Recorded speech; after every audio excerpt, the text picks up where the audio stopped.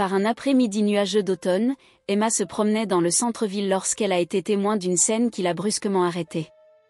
Son fils Louis, connu pour son impétuosité juvénile, se moquait d'une mendiante qui lui tendait la main. Avec ses amis à ses côtés, Louis riait en se moquant de l'apparence usée de la femme, jetant quelques pièces et disant « Peut-être que maintenant tu pourras acheter un miroir pour voir à quel point tu es pitoyable. » Emma ressentit un mélange d'horreur et de dégoût. La cruauté gratuite de Louis était le reflet d'un grave défaut dans son caractère, et elle savait que quelque chose de drastique devait être fait pour corriger cette trajectoire. « Louis !» Emma appela d'une voix ferme, se frayant un chemin à travers la foule jusqu'à ce qu'elle l'atteigne. Le groupe devint silencieux, et Louis, réalisant la gravité du visage de sa mère, déglutit sèchement. « Maman, je ne faisais que jouer avec elle », commença Louis, essayant de minimiser l'incident. « Jouer », répondit Emma, la voix chargée de déception. Emma répondit, la voix teintée de déception, « Tu penses qu'humilier quelqu'un est une plaisanterie ? Non seulement tu lui as manqué de respect, mais tu as fait preuve d'un manque d'humanité que je ne peux ignorer. » Louis baissa les yeux vers le sol, évitant le regard pénétrant de sa mère. « Tu dois apprendre ce que signifie vraiment vivre dans la difficulté, ressentir ce que les gens comme cette femme affrontent quotidiennement, » continua Emma, son plan déjà formé dans son esprit. « Tu vas l'épouser, tu vas vivre comme elle vit, manger ce qu'elle mange, et peut-être qu'alors tu apprendras à respecter les luttes des autres. » Louis regarda avec incrédulité. « Se marier ? Avec elle ?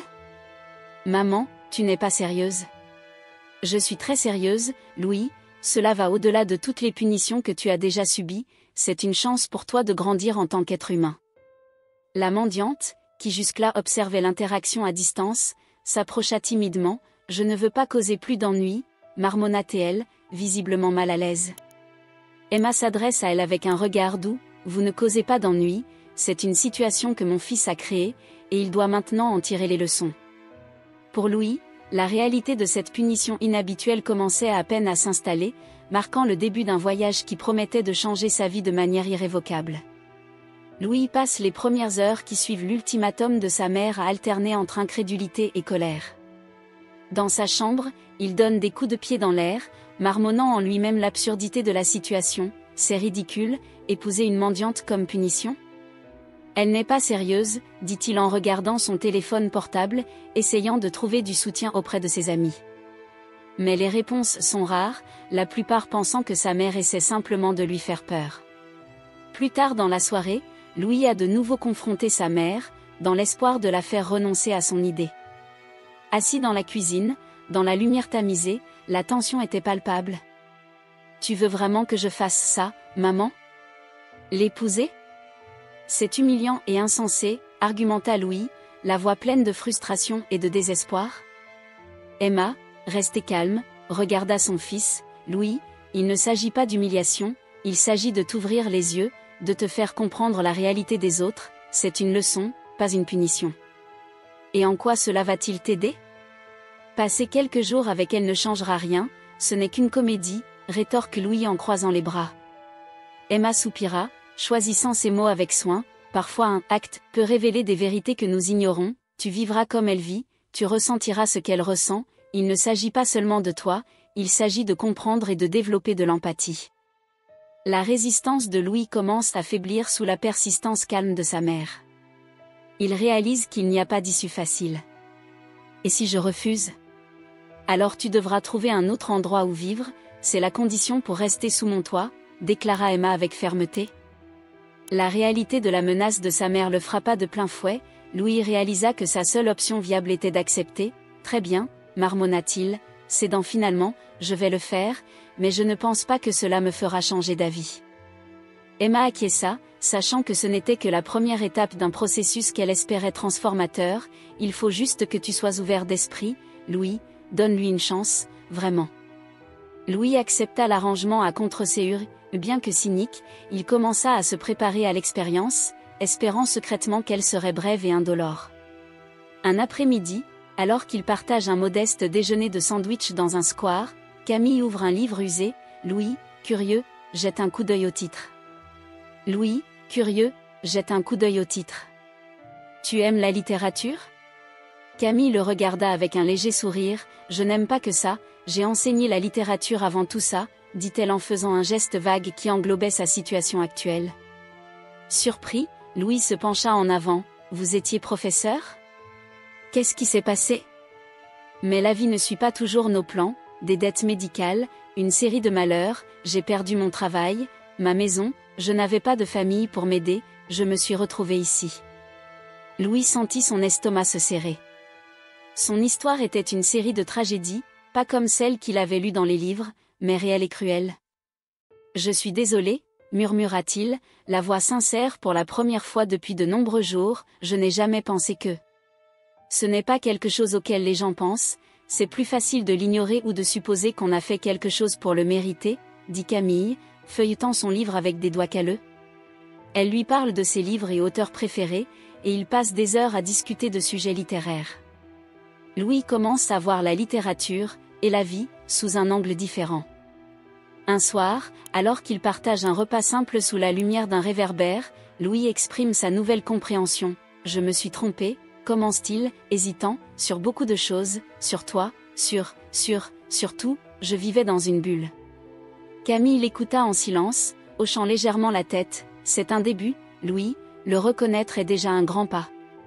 L'arrogance et le cynisme dont il avait fait preuve ont cédé la place à une compréhension plus profonde et plus empathique de l'humanité et de ses nombreuses couches d'expérience. Au fil des jours et des semaines, Louis et Camille ont trouvé un rythme dans leur coexistence inhabituelle.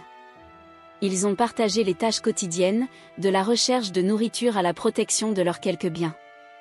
À travers ces moments partagés, Louis a commencé à voir Camille non seulement comme un mendiant, mais aussi comme une personne avec une histoire riche, marquée à la fois par la tragédie et la résilience. Un après-midi pluvieux, alors qu'il s'abrite sous un pont, Camille commence à lui parler de sa vie, de son métier d'enseignante et des livres qu'elle aime. Elle parle avec une telle passion que Louis ne peut s'empêcher d'être contaminé. Vous savez, j'avais l'habitude d'emmener mes élèves lire dans le parc, juste pour sentir les histoires à l'air libre, pour sentir le monde pendant que nous explorions d'autres mondes, dit Camille, les yeux brillants de souvenirs.